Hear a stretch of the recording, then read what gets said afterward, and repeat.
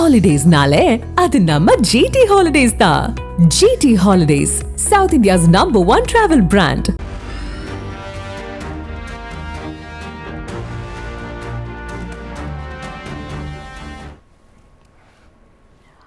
G K.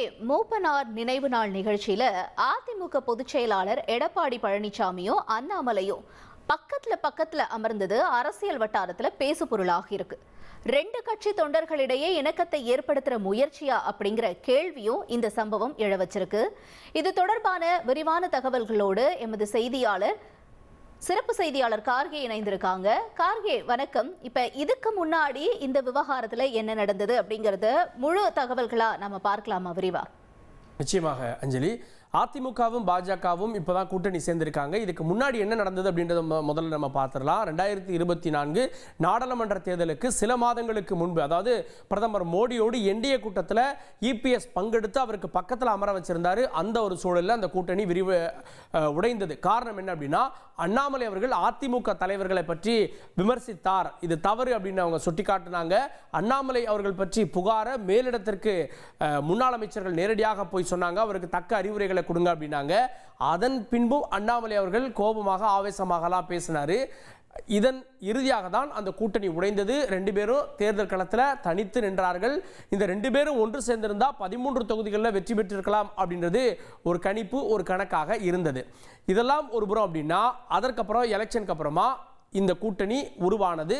சில மாதங்களுக்கு முன்பு உருவான கூட்டணியில் முக்கியமாக வைக்கப்பட்ட ஒரு நிபந்தனையாக சொல்லப்பட்டது என்னன்னா, அண்ணாமலை பாஜக தலைவராக இருந்தால் இந்த கூட்டணி வரக்கூடாது அப்படின்னு.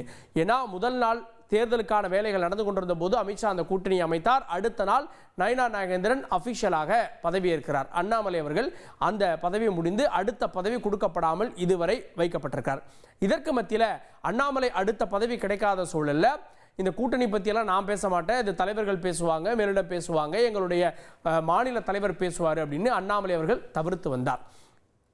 அண்ணாமலை அவர்கள் இபிஎஸ் பேரை அதன் பிறகு பயன்படுத்தவே இல்லை. தேர்தலுக்கு முன்பு இபிஎஸ் அவர்களை பற்றி தனிநபராகலாம் விமர்சனம் பண்ணார். இபிஎஸ் அப்படின்லாம் ஒரு விமர்சனம் பண்ணார். தேர்தலுக்கு பிறகு இந்த கட்சி தினகரன் கைக்கு வந்துவிடும் அப்படின்னு விமர்சனம் பண்ணார். ஆனால் இந்த கூட்டணி அமைந்த பிறகு இபிஎஸ் அப்படின்ற பெயரை அவர் பயன்படுத்தவில்லை. ஆனால் இந்த கூட்டணி அமைந்த போது நயனா நாகேந்திரன் இருந்தார், அமித்ஷா, அதோடு அண்ணாமலை, பக்கத்தில் இபிஎஸ் இருந்தாங்க. ஆனால் யாரும் பேசிக்கொள்ளவில்லை பெரிதாக. அதன் பிறகு நிகழ்ந்த நிகழ்வுகள் அப்படின்றது, அதன் பிறகு இபிஎஸ் வந்து சுற்றுப்பயணம் போறாரு. பாஜகவினர் அந்த சுற்றுப்பயணத்தில் பங்கெடுத்து கொண்டார்கள். நயனா நாகேந்திரன் போறாரு, ஆனால் அண்ணாமலை அந்த சுற்றுப்பயணத்தில் பங்கேற்கவில்லை. அண்ணாமலை அவர்கள் இதுவரை பங்கேற்கவில்லை அப்படின்னா வந்து இன்னும் கோபமாக இருக்கிறார், ரெண்டு பேருக்கும் முரண் இருக்கு அப்படின்ற விஷயங்கள் எல்லாம் பேசப்பட்டே வந்தது. இதற்கு மத்தியில் தான் தமிழ்நாட்டில் திடீர்னு அமித்ஷாவுடைய பேட்டிகள் ஒரு பரபரப்பாச்சு. நாங்கள் சொன்னது என்டிஏ கூட்டணி ஆட்சி, பாஜக இடம்பெறும் கூட்டணி ஆட்சின்னு அந்த விவகாரம் எல்லாம் பரபரப்பாகி பேசுபொருளாக வந்து கொண்டிருந்தது. யார் முதலமைச்சர் வேட்பாளர்ன்றதை என்டிஏ முடிவு பண்ணும் அப்படின்னுலாம் பேசுபொருளாக வந்தது. இல்லை அதிமுக தனித்த ஆட்சி அமைக்கும் அப்படின்னு இபிஎஸ் விளக்கம் கொடுத்து கொண்டிருந்தார். அந்த நேரத்தில் அண்ணாமலை அவர்கள் என்ன கேட்டால் பாஜக ஆட்சி நான் சொல்லுவேன் அப்படின்னாரு. அப்போ கூட்டணியில் இன்னும் சலசலப்பு இருக்குது அப்படின்ற கேள்விகள்லாம் எழுந்திருந்தது. இதற்கு மத்தியில் தான் கடந்த வாரத்திலிருந்து அண்ணாமலை அவர்களுடைய பேச்சில் வந்து ஒரு சாதகமான, அதாவது கூட்டணிக்கு சாதகமான முடிவுகள் தெரிய வருகிறது. இது அடுத்த கட்டத்தை நோக்கி இந்த கூட்டணியை நகர்த்திட்டு போகுன்றாங்க. முதல்ல கடந்த வாரம் 22ஆம் தேதி அமித்ஷா தமிழ்நாட்டுக்கு வந்திருந்தாரு. அப்போ அண்ணாமலை அவர்கள் ஒரு விஷயம் பேசினாரு. அது என்னன்னு பார்க்கலாம். ஒரு பூத்து தலைவருக்கும் பூத்தில் இருக்கக்கூடிய பொறுப்பாளர்களுக்கும் அடுத்த 8 மாத காலம் கடுமையாக உழைத்து திராவிட முன்னேற்ற கழகத்தினுடைய ஆட்சியை அகற்றிவிட்டு தேசிய ஜனநாயக கூட்டணியுடைய ஆட்சி இன்று நம்முடைய எதிர்க்கட்சி தலைவராக இருக்கக்கூடிய அண்ணன் எடப்பாடி பழனிசாமி அவர்களை ஆட்சியில் அமர வைக்க வேண்டிய பொறுப்பு தேசிய ஜனநாயக கூட்டணியினுடைய ஒரு தொண்டனுக்கும் இருக்கு. 22ஆம் தேதி இபிஎஸ் அவர்களை முதலமைச்சராக அமர வைக்க வேண்டியது என்டிஏ கூட்டணியில் இருக்கக்கூடிய ஒவ்வொரு தொண்டருடைய கடமைனாரு. அதே சூழல்ல இன்று அவர் என்ன சொன்னார்னு பார்க்கலாம். 2026 தமிழகத்தில் நிச்சயமாக ஒரு மாற்றம் வேண்டும் என்று எல்லோரும் பேச ஆரம்பித்து விட்டார்கள். சாமானிய மனிதர்களிலிருந்து டீ கடையிலிருந்து ரோட்ல எங்க போனாலும் மக்கள் பேச ஆரம்பித்து விட்டார். இன்னைக்கு நம்முடைய தேசிய ஜனநாயக கூட்டணியினுடைய முதலமைச்சர் வேட்பாளராக முன்னாள் முதலமைச்சர் அண்ணன் எடப்பாடி பழனிசாமி அவர்கள் இந்த மேடையில் இப்பதான் பேசிட்டு போயிருக்கிறாங்க. பேசும்பொழுது நீங்கள் எல்லோரும் சொன்னீர்கள் 2026 அந்த நாற்காலியில் அமரப் போகிறாங்க. ஆனால் நிச்சயமாக அந்த நாற்காலியில் 2026 மாற்றம் வரட்டும், ஒரு புதிய புரட்சி வரட்டும், ஏழை மக்களுக்கெல்லாம் விடிவெள்ளியாக அரசு செயல்படட்டும். 2026 முதலமைச்சராக இபிஎஸ் அமர்வார் அப்படின்னு மீண்டும் உறுதிப்படுத்துகிறார் அண்ணாமலை. ஸோ இபிஎஸ் தான் முதலமைச்சர் அப்படின்றத அமித்ஷாவை அவர்களை விட இப்போது அண்ணாமலை உறுதியாக சொல்லியிருக்கிறார். சரி, இதற்கு இபிஎஸ் உடைய ரியாக்ஷன் என்ன அப்படின்னா, 2 நிகழ்வுகள் இந்த கூட்டத்திலே வெளிப்பட்டது. அதுதான் அவருடைய ரியாக்ஷனாக பார்க்கப்படுகிறது. என்னன்னு பார்க்கலாம்.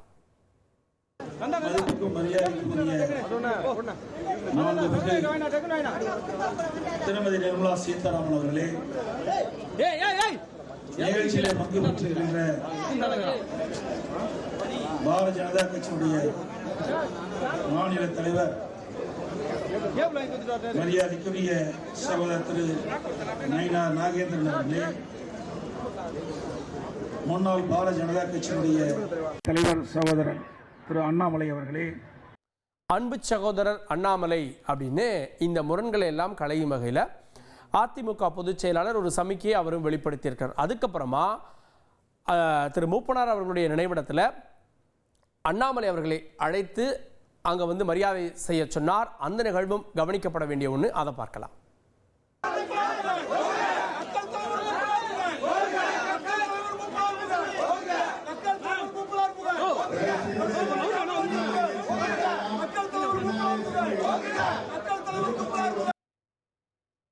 ஏன் இந்த மாற்றம் அப்படின்ற கேள்வி எழலாம். அதிமுக பாஜக கூட்டணி அமைந்து இவ்வளவு நாட்கள் ஆகியும் தலைவர்கள்லாம் மேல் மட்டத்தில் பேசிக்கிறாங்க, ஒன்றா போகிறாங்க. இபிஎஸ் அவர்களுக்கு நயினார் நாகேந்திரன் அவர்கள் விருந்தெல்லாம் வைக்கிறாரு. தொண்டர்கள் ஒன்றா இருக்காங்களா, ஒன்றா சேர்ந்து பயணிக்கிறாங்களா அப்படின்றதுல நிறைய அரசியல் விமர்சகர்கள் கேள்வி எழுப்பினாங்க. இதை பற்றின தகவல்களும் ரிப்போர்ட்டெல்லாம் பாஜக மேலிடத்துக்கும் சென்றுதா சொல்கிறாங்க. அப்போது தலைவர்கள்லாம் ஒன்றாகணும் அப்படின்னா இன்னும் பாஜகவில் அண்ணாமலை அவர்கள் அப்படின்னு ஒரு மேடையில் பேர் சொல்லப்பட்டால் அவருக்கு தனியாக ஒரு கிளாப் வருது. அமித்ஷா இருக்கக்கூடிய மேடையில் கிளாப் வருது.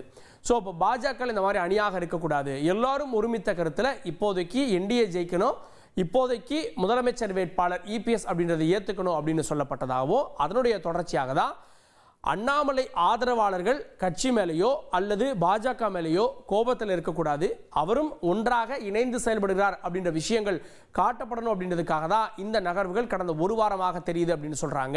இது ஒன்று. இன்னொரு விஷயம், தேசிய அளவில் அண்ணாமலை அவர்களுக்கு இதுவரை எந்த பொறுப்பும் கொடுக்கப்படலை. அவர் எம்பியாக ஆந்திராவிலிருந்தெல்லாம் தேர்வாவார், மத்திய அமைச்சர் இணையமைச்சர் ஆவார் அப்படின்லாம் சொல்லப்பட்டது. அந்த மாதிரி எந்த நிகழ்வும் நடக்கலை. அடுத்த எம்பி தேர்தல் அப்படின்றது, அதாவது மாநிலங்களவை தேர்தல் அப்படின்றது நாடாளுமன்ற அந்த சட்டமன்ற தேர்தலை ஒட்டி தான் வருது தமிழ்நாட்டுக்கு. ஸோ அப்போது அதிமுக கொடுக்குமான்றது ஒரு கேள்வி இருக்குது. ஏற்கனவே அவங்க கிடைக்கக்கூடிய 2ல் 1 தேமுதிகவுக்கு தரேன்ட்டாங்க, இன்னொன்று அதிமுகவுக்கு. அந்த ஒரு நேரத்தில் அண்ணாமலை மீண்டும் தமிழக தேர்தல் களத்தில் நிற்பதற்கான வாய்ப்பு இருக்குது. அதனால் இப்போ அவங்க ஒன்றாக இணைந்து செயல்பட்டால் தான் ஏதோ ஒரு தொகுதியில் சட்டமன்ற உறுப்பினராக எம்எல்ஏ எலெக்ஷனில் நிற்பதற்கான வாய்ப்பும் இருக்கிறது. அதையும் மனசில் வச்சு தான் இப்போதிருந்தே இந்த நட்பு படலம் அப்படின்றாங்க. இனிமே இது போன்ற காட்சிகளை அடிக்கடி அதிமுக பாஜக தலைவர்கள் ஒன்றாக இருப்பது, அண்ணாமலை இபிஎஸ் அவர்கள் ஒன்றாக கலந்து கொள்ளக்கூடிய காட்சிகளை பார்க்க முடியும் அப்படின்றாங்க. பொறுத்திருந்து பார்க்கலாம். நன்றி கார்கே, உங்களுடைய தகவல்களுக்கு.